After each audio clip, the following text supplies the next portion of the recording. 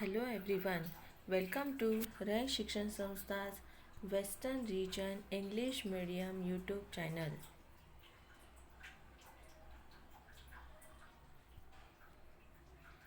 Today we are going to see Standard 8 Subject Civics, Lesson number 6 Bureaucracy, Video number 35.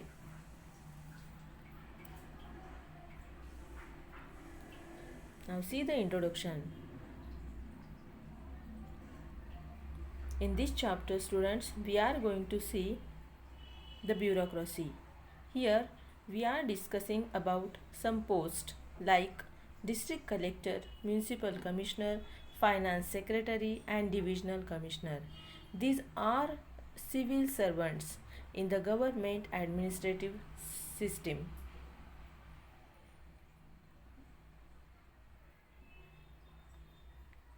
These are we are going to discuss in the chapter which explain the role of the union executive.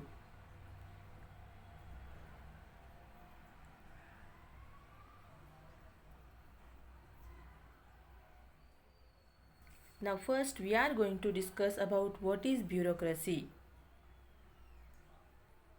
Bureaucracy is the administrative system which works under the union executive and has the responsibility of actual implementation of government's policies.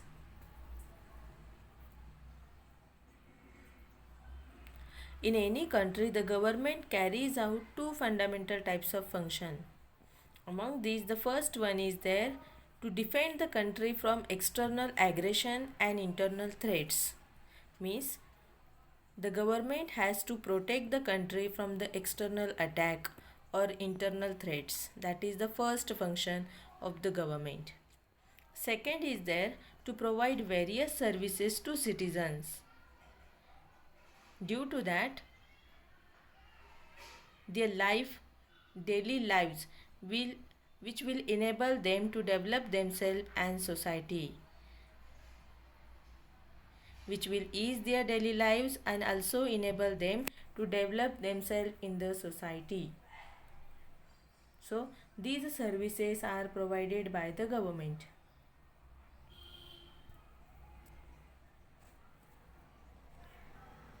The first function is to ensure that security of the country, and this is carried out by the service called the armed forces. The role of internal security is carried out as an aid to civil authority. And for the second function, an administrative system is developed. We call it the civil services. The system of civil servants is also known as bureaucracy.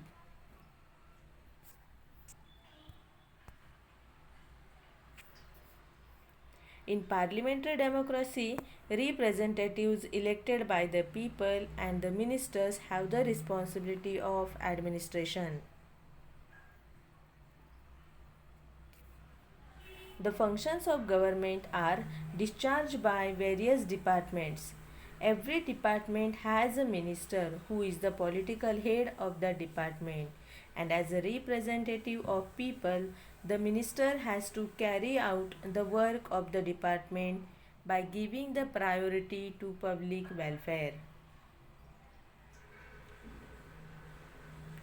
The minister may not be expert in a particular subject, but he or she is conscious of broad public interests. And in his work, the secretary of the department gives expert advice to the ministers. And these secretaries are appointed from the civil service.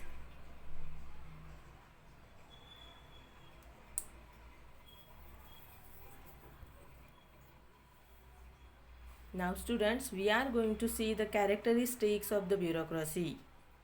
Among these, the first one is their permanent mechanism. Tax collection, environment protection, maintenance of law and order, provisions regarding social security are certain important tasks that have to be consistently undertaken by the bureaucracy. This is possible because bureaucracy is a permanent mechanism. Okay, so the Prime Minister and the Council of Ministers change after every election, but the bureaucracy under their control remains constant. So it is a permanent in nature. That is the first characteristics of a bureaucracy, that it is a permanent in mechanism. Now see the second characteristics, that's a political neutrality.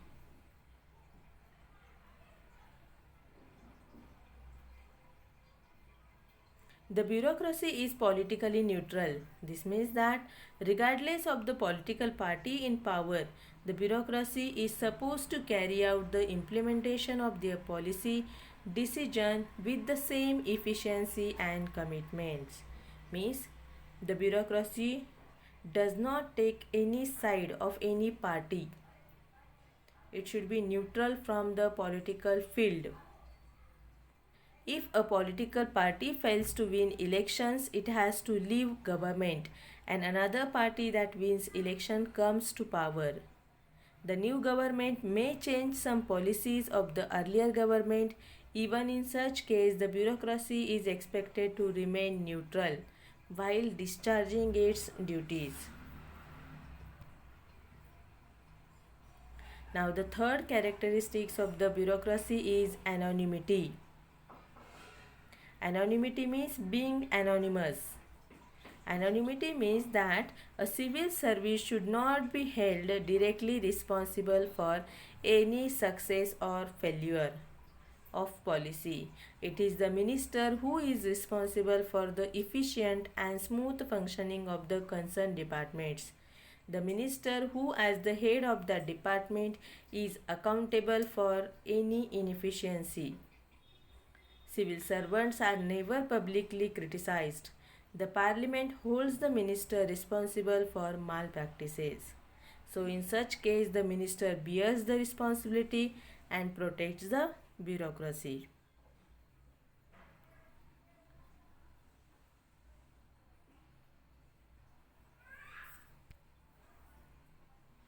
So, to understand the concept and revise at home. Thank you, students.